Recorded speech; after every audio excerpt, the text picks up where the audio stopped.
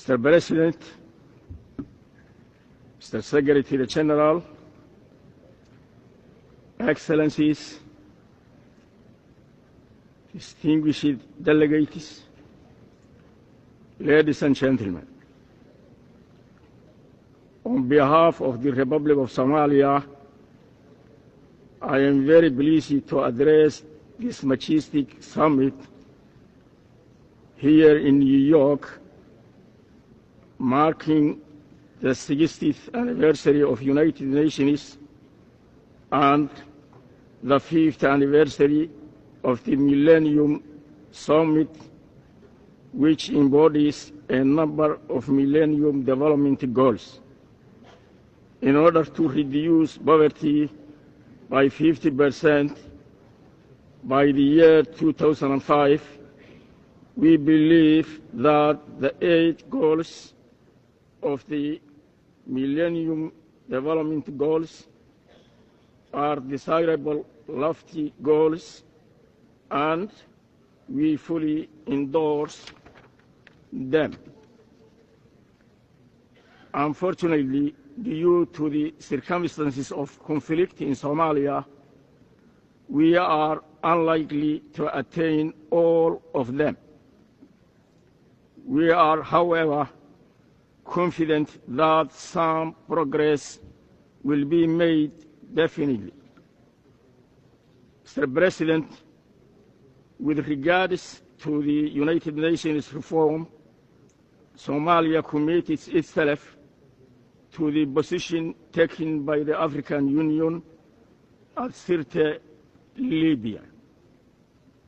I take this opportunity to reaffirm Somalia's appreciation and approval for the 60 years of the United Nations progressive work in keeping the peace while concurrently realizing incremental achievements towards a more equitable and livable world.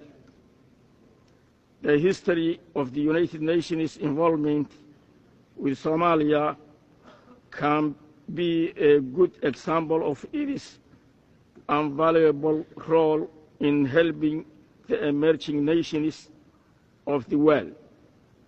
Despite momentary setbacks, the United Nations has taken a laudable role at each juncture of Somalia's history, starting from colonialism, independence, and throughout our nationhood.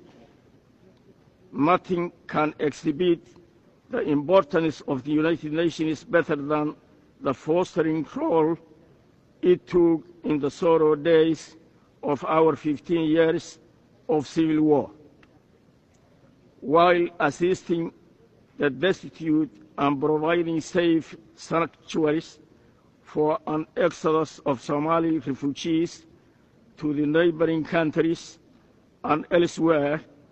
The United Nations had the political will to invoke the morally compelling doctrine of humanitarian intervention, thereby successfully reversing a calamitous famine that could potentially wipe out millions of Somalis. Moreover, during the 2 years of the Somali Reconciliation Conference at Nairobi, Kenya, the United Nations had been helping and successfully finding a lasting and comprehensive settlement for Somalia's political crisis under the current transitional federal government of Somalia is the outcome of the political settlement. Mr. President, allow me to hereby restate Somalia's indebtedness and profound appreciation to those who selflessly helped us during the Somali National Reconciliation Conference, and to those who continue to help us in our current pursuit for a peaceful and well-governed Somalia. Among others, special gratitude goes to African Union, IGAD, League of Arab States, European Union, and the government of Kenya for patiently and generously hosting and paying for our long peace process. Mr. President, the nascent transitional federal government could not just sit and wait until the international community gets its acts together for its relocation to Somalia. It therefore took a daring unilateral initiative on June 13, 2005, to relocate itself from Nairobi, Kenya, to inside Somalia with minimal help. To the dismay of most skeptics, the massive relocation scheme is complete without any incident, and the entire government is now in Somalia's soil. It is my judgment that we owe a situation report to those who earnestly wanted to witness the rise of Somalia from its ashes. Nonetheless, this report will also be useful for those who may continue to doubt the effectiveness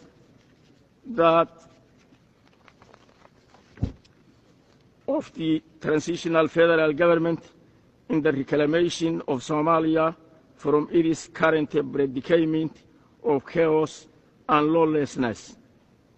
The government continues to tackle its daunting task inside Somalia in a much faster pace than the international community can anticipate and catch up with. What is significant in here is that the transitional federal government, being helped by a hidden hand that most observers and political analysts of Somalia typically regarded as a wild card or a totally incalculable factor. They never clearly understood the importance of currently accounting for the level of popular support that the new Somali government would get once it moves to Somalia. The high popularity of the TFG inside Somalia turned out to be so strong to the extent that it owes its very survival to the admiration and active support it receives from local population. This factor alone has proven to be even more crucial for sustenance of the TFG than any other forms of help. With the support of its citizens, the new government has already proceeded to consolidate the gains and the outcome of the reconciliation process with the aim of addressing the formidable expectations of the Somali people. As a result, I can confidently report to you today that our efforts of reclaiming Somalia from its lawlessness are already on the roll and that they have borne concrete results on the ground. It is little over 3 months since relocation, and the government have already accomplished a phenomenal progress in recruiting and training a modest security force from all the regions, in consolidating its authority over much of Somalia, in winning the allegiance and support of regional leaders and Somali public at large, in earning and assuming the moral leadership of the nation through responsible governance and peaceful means. In creating an overarching political momentum that powerful augurs for the sure attainment of a durable peace and continuity in Somalia. Therefore, contrary to the fears some may have, the advent of the TFG would not boil down to some kind of cruel hoax or a yet another false start of Somalia. Those sensible actions undertaken by the new government inside Somalia has already determined the capacity of its legitimacy and the kind of moral leadership it enjoys inside Somalia. This government is serious and committed to the basic social contract it made with its citizens to guarantee peace, security to its people in return for the allegiance they have already conferred to their government. Mr. President, evidently here is a unique chance for the transitional federal government to restore normalcy, legitimacy, and lasting peace to Somalia. Regrettably, however, the situation is not tenable for the long haul. The challenges that are hampering the TFG's efforts on the ground are all related to the indifference of the international community. We believe that the international community has the moral obligation to help the new Somali government in its quest for peace, stability, territorial integrity, and unity of the country in manners consistent with the United Nations Charter. Now is the time when the international community must assist Somalia in a strong and decisive manner by addressing the following three challenges. One of the challenges for the new government is that most of the international community is yet to materialize its obligations towards the realization of a peaceful and well-governed Somalia. Even much of its initial cheerful pledges by way of affording material and financial support to the government are yet to reach us. Consequently, their actual role in our efforts on the ground remains very confusing to us, as we do not understand the new ambivalence of the international community, which seemingly moderated its initial enthusiasm to offer Somalia a consolidated rapid assistance program in addressing this.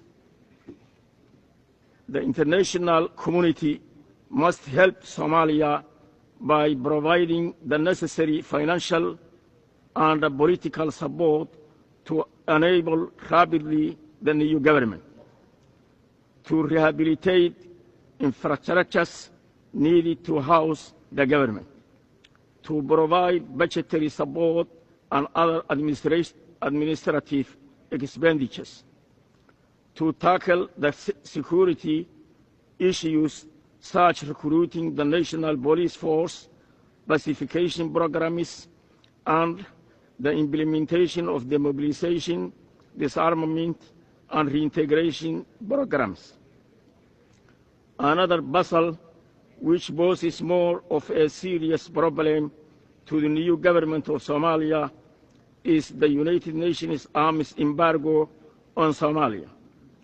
The embargo directly undermines the government's inherent right and genuine effort of forming its national security force that would protect the public and keep the peace by enforcing the law and order throughout Somalia.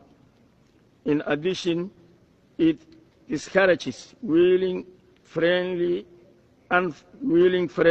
countries from offering their help to Somalia, especially in the areas of security, the rule of law.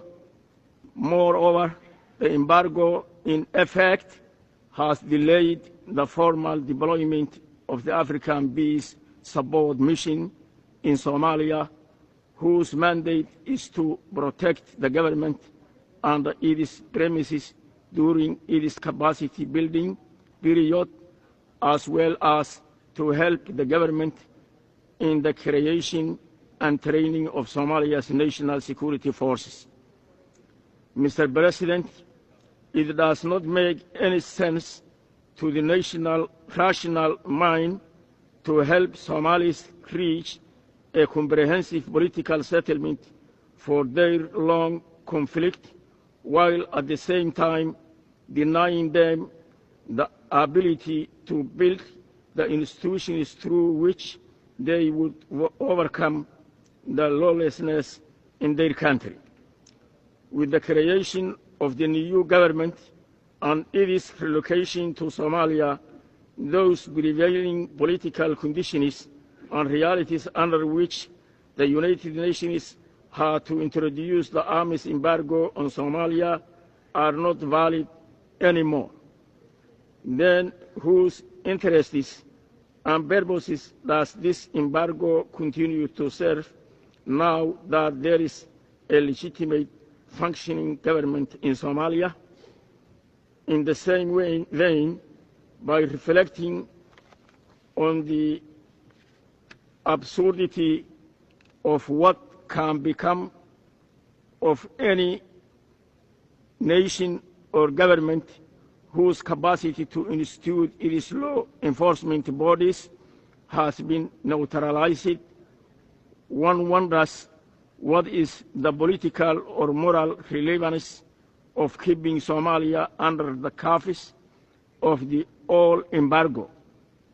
In addressing this predicament, we petition that the Security Council must assist the efforts of the transitional federal government of Somalia in the stabilization of the country by reviewing the merits of the arms embargo on Somalia and promptly lifting it.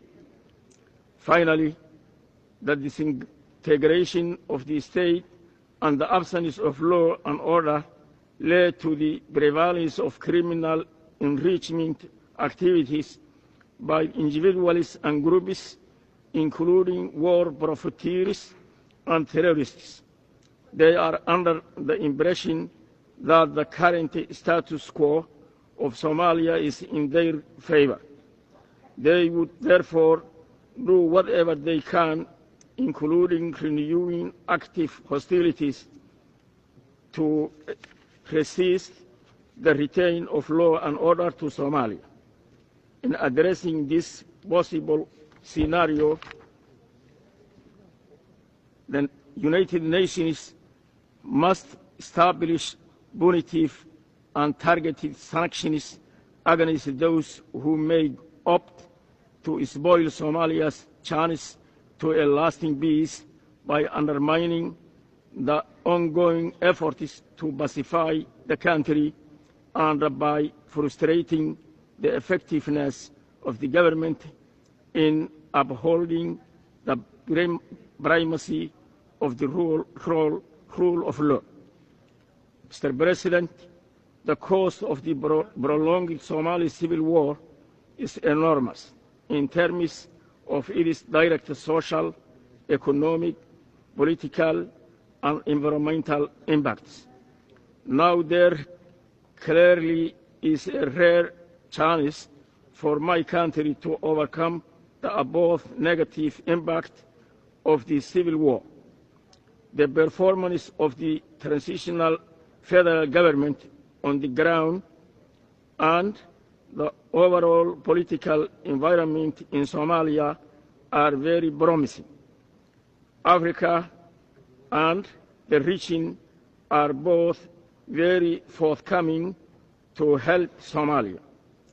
It is imperative that the rest of the international community extends its help to Somalia by adopting the above three proposals, thereby effectively ending the blight of Somalia once and for all. Mr. President, Excellencies, ladies and gentlemen, allow me to hereby submit my personal appeal to this grand summit not to leave Somalia in the cold in this crucial period of its pacification and non-nation building, while much of the countries of the world are struggling to meet their Millennium Development Goals. Somalia is struggling to stand on its feet. It would be a grave negligence of the international community fails to undertake its obligations towards Somalia in a timely and decisive manner. Thank you very much, Mr. President.